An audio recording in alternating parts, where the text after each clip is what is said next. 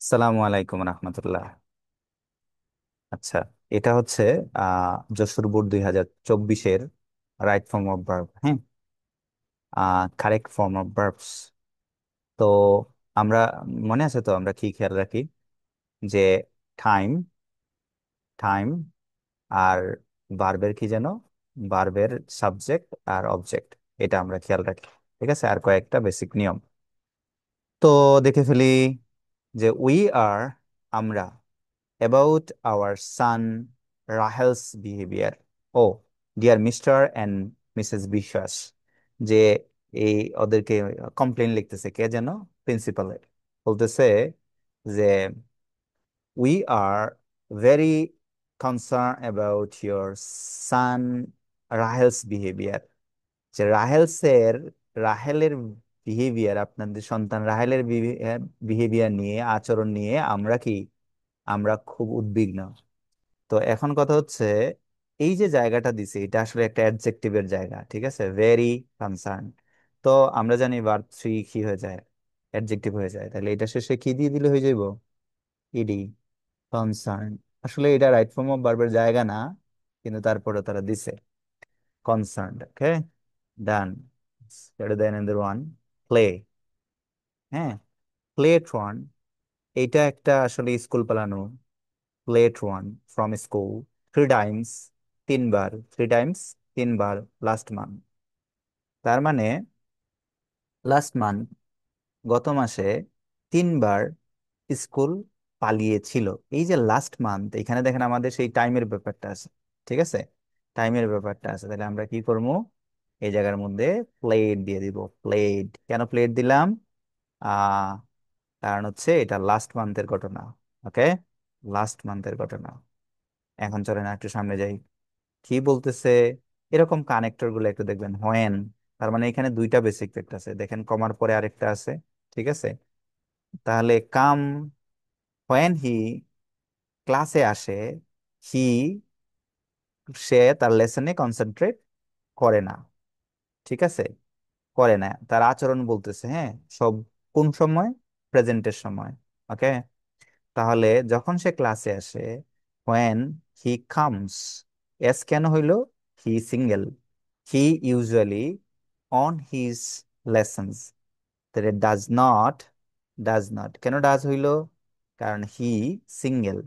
তাহলে does not concentrate, concentrate, does not concentrate on his lessons. Okay, সে তার পড়াশোনায় মনোযোগ দেয় না। হি ডাজ নট সিম, তারে মনে হয় না, টু আন্ডারস্ট্যান্ড টেক্সট, মানে সে, মানে কি টেক্সট বুঝে না। ঠিক আছে, he does not seem to understand, মনে হয় যেন সে টেক্সট বুঝে না। And never any ask any questions, এবং কখনোই কোনো প্রশ্ন করে না। তার মানে ডাজ নট সিম আর হচ্ছে নেভার আস্ক। ওকে, এই দুইটা জিনিসের সাবজেক্ট হচ্ছে কে, এই হি।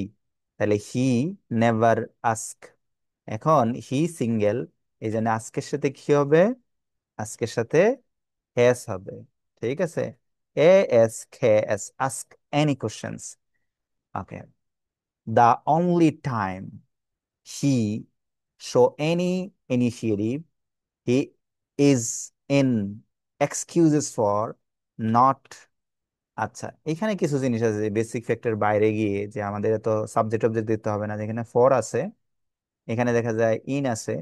তো এগুলা বেসিক নিয়ম, যে সিম্পল নিয়ম। হুম, এখানে ইন আছে। ইন হচ্ছে কি টু ছাড়া অন্য প্রেপোজিশন, তাহলে ভার্বের শেষে আমরা কি দিয়ে দিব, আইএনজি। দেখেন শেষে ই আছে, ইটা কিন্তু তুলে দিলাম, মেকিং। আর এখানে দেখেন ফর, তাহলে এটা হ্যাভ কি হবে, হ্যাভিং। ওকে, তার মানে এই হ্যাভ এর পরে ভার্বের কত নাম্বার ফর্ম হয়, ডান। এটা আমরা রুল থেকে দিয়ে দিলাম। তো এখন আমরা এটার বাংলা করে ফেলি, যে the only time he show any initiative is in making excuses for not having done his homework।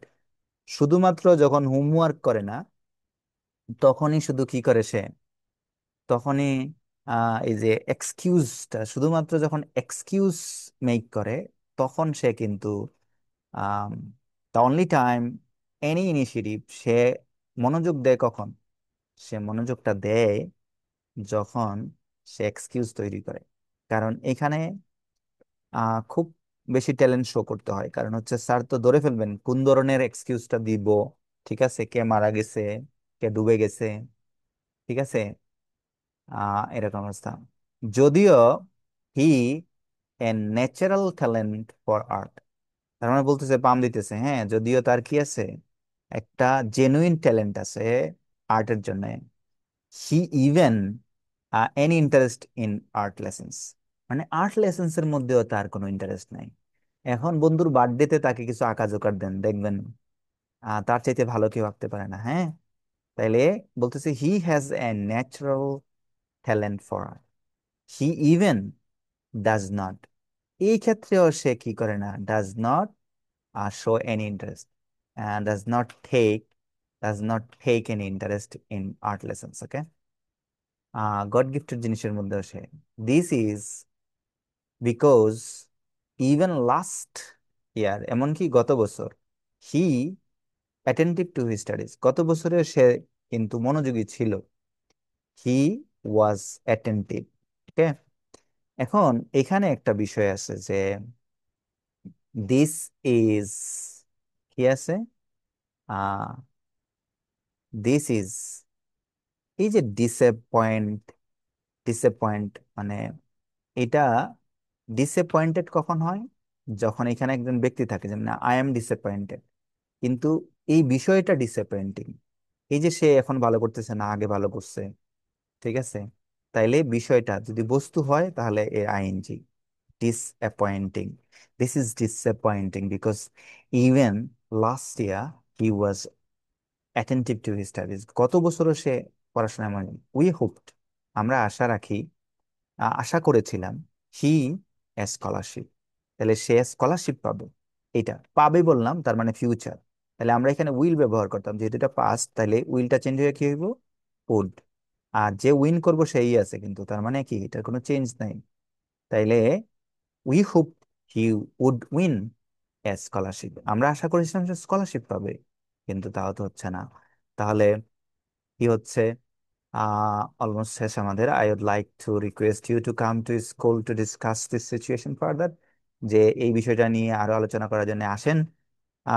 একটা অনুরোধ থাকবে, সেটা হচ্ছে কি, যে এই আম, বাবা মাকে আসলে এই প্রিন্সিপালের সামনে নিয়ে যাবেন না, ঠিক আছে, নিয়ে যাবেন না। অনেক আহ, আপনি যে দুনিয়াতে আসছেন, বুঝছেন, এটা কিন্তু তার জন্য একটা সাকসেস, ঠিক আছে। তো বাবা মার ব্যর্থতার কারণ হবেন না, যে প্রিন্সিপালের সামনে এরকম অভিযোগ। আহ আসলে আমার খুব খারাপ লাগে যে এটা, যে এত কষ্ট করে ছেলে মেয়েদের বড় কইরা তারপরে যদি আবার গিয়ে কথা শুনতে হয়। তো যাই হোক, এইটা আসলে পড়াশোনার ইয়ে ছিল। তবে আরেকটা বিষয় হচ্ছে, যাই করি না কেন, সবার ভালোর জন্য কিছু করার চিন্তা ভাবনা থাকে মাথার মধ্যে। তো সাবস্ক্রাইব কিন্তু করবেন, ঠিক আছে। Thank you.